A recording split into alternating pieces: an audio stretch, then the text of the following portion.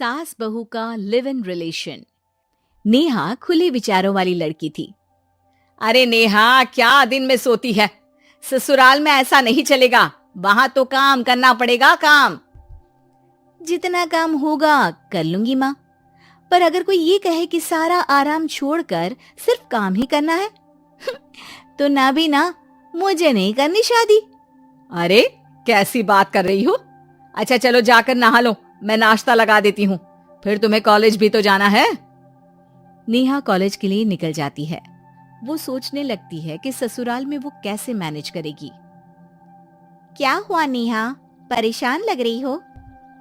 अरे यार, तू तो मुझे जानती है ना, मुझे अपनी लाइफ बिल्कुल परफेक्ट चाहिए, लेकिन लग नहीं रहा लोग मानेंगे। यार कहीं मेरी शादी ऐसे घर ना हो जाए जहां मेरी जिंदगी ही नरक हो जाए।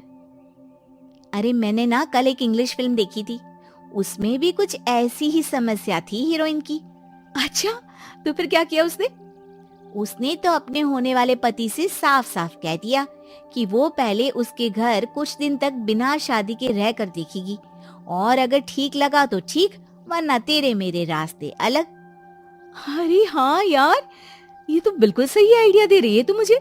चल मैं तो चली, थैंक्स यार, तूने मेरी प्रॉब्लम सॉल्व कर दी। ये बोलकर नेहा खुशी खुशी वहां से निकल जाती है, लेकिन पीछे से उसकी सहेली कहती है, अरे नेहा, नहीं नहीं, कुछ नहीं सुनना मुझे। ये बोलकर वो वहां से चली जाती है। हे भगवान, पूरी बात सुने बिना ही चली गई। अरे वो तो विदेशी फिल्म थी, वहां सब चलता है, लेकिन ये तो भारत है, सभ्यता और संस्कारों वाला देश, जहाँ शादी से पहले लड़की को ससुराल में नहीं रखा जाता। खैर, नेहा मस्त होकर घर आती है। नेहा, कल तुझे लड़के वाले देखने आने वाले हैं, और हाँ, इस बार कोई बहाना नहीं चलेगा। हाँ हाँ, आने दो आने दो, मैं तैयार हूँ शादी के लिए। अगले दिन लड़के वाले आते हैं, जहाँ लड़का कहता है, मुझे अकेले में लड़की से कुछ पूछना है। हाँ हाँ, क्यों नहीं बेटा, जाओ नेहा, घर तो दिखा दो इन्हें। नेहा भी खुश हो जाती है कि उसे मौका मिल गया है लड़के से अपनी शर्त रखने का। देखो, मुझे ना शादी से बहुत डर लगता है, पता नहीं कैसी लड़की आए, तालमेल बना पाए कि नहीं मेरे परिवार से। मैंने कई घरों में रोज का क्लेश होते देखा है। तुमने तो मेरे दिल की बात कर दी। मैं भी यही सोच रही थी कि भाई सास तो अच्छी होनी चाहिए, पति सपोर्ट करे ना करे, रहना तो पूरे दिन सास के साथ है। लेकिन मेरे पास ना इसके लिए एक बहुत अच्छा आइडिया है। अच्छा, कैसा आइडिया? क्यों ना शादी के पहले मैं कुछ दिनों तक तुम्हारे घर आकर रह लूं, तुम लोग मुझे समझ लेना, मैं तुम लोगों को समझ लूंगी, ठीक लगा तो शादी, वरना टाटा बाय बाय। क्यों? लड़के को नेहा की बात में दम लगता है। वो घर के सभी लोगों के सामने नेहा की बात रखता है। अरे पागल हो गई है क्या? ये कैसी शर्त है? अरे शादी से पहले मैं क्यों तुझे किसी और के घर भेजूंगी रहने? अरे लड़की के ख्याल तो 20 साल आगे के हैं, इतनी भी खुले विचारों वाली लड़की नहीं चाहिए हमें। अरे माँ, क्या बुरा और गलत बोल रही है ये? रहना तो हम दोनों का है ना, कल को कोई परेशानी आई तो तुम सब तो ये बोलकर निकल जाओगे कि जिंदगी तुम लोगों को ही निभानी है, तुम लोगों को जो करना है करो। तब क्या करूंगा बताओ? सबके समझाने पर वो लोग मान जाते हैं।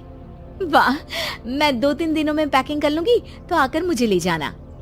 और नेहा पहुंच जाती है विशाल के घर। आओ आओ, ये रहा तुम्हारा कमरा।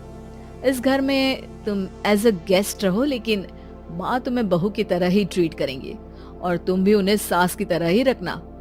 बस फिर क्या था, शुरू हो जाता है लिव इन सास बहू का ड्रामा। अरे चाय तो बना दे बहू। जी सासू माँ, अभी लाई। नेहा चाय लेकर आती है कि बस चाय लेकर आई हो, इसके साथ पकोड़े भी ले आती। लेकिन आपने तो बताया ही नहीं कि आपको चाय के साथ पकोड़े भी चाहिए। हाँ हाँ, अब तो पता चल गया ना। रात को खाना खाने के बाद नेहा किचन में खटर पटर कर रही होती है। क्या हो रहा है वहाँ नेहा? माँ जी, मैं ना रात को अदरक वाली चाय पीकर सोती हूँ, ये मेरी आदत है। अच्छा, तो जरा मेरे लिए भी बना देना।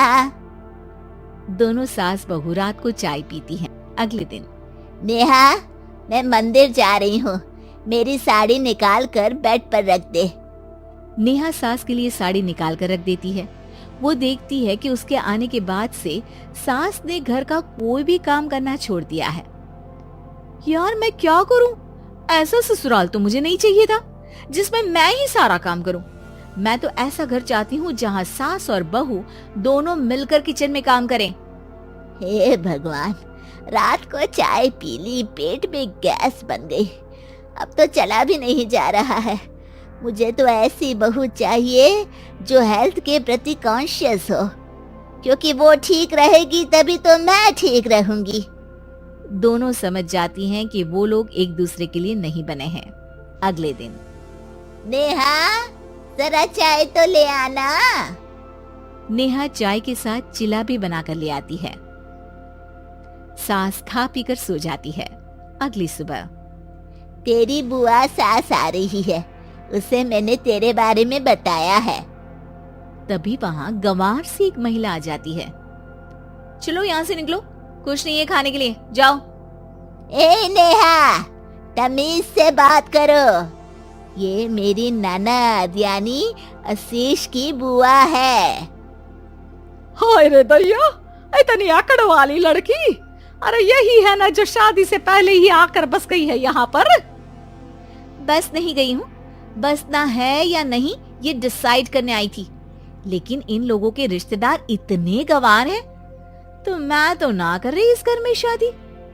अरे भाभी, और क्या कमी थी हमारे आशीष में जो आपने ऐसी लड़की की शर्तों को मान लिया? अरे वो तो आशीष के कहने पर मैं झुक गई, वरना ऐसी लड़की को तो मैं घर में घुसने भी ना दूं। ए हेलो, ऐसी लड़की कैसी लड़की? हाँ, बिना समझे बुझे शादी कर लूं? अब तो समझ गई ना कि हम लोग गांव के हैं। भाभी को खाट पर सोना और रिश्तेदारों का गांव से आना जाना तो लगा ही रहना है इस घर में। हाँ हाँ, मैं तो किसी मॉडर्न घर में शादी करूंगी।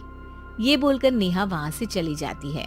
अपने घर में आकर नेहा कहती है, ना माँ ना, लिव इन में रहकर देख लिया, ये गांव के लोगों का कोई भरोसा नहीं है।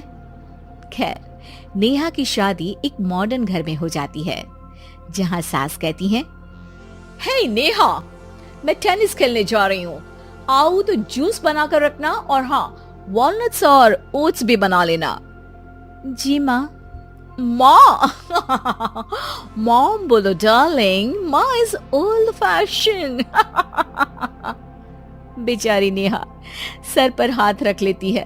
हे भगवान, ये सास तो सास ही होती है, गांव की हो या शहर की।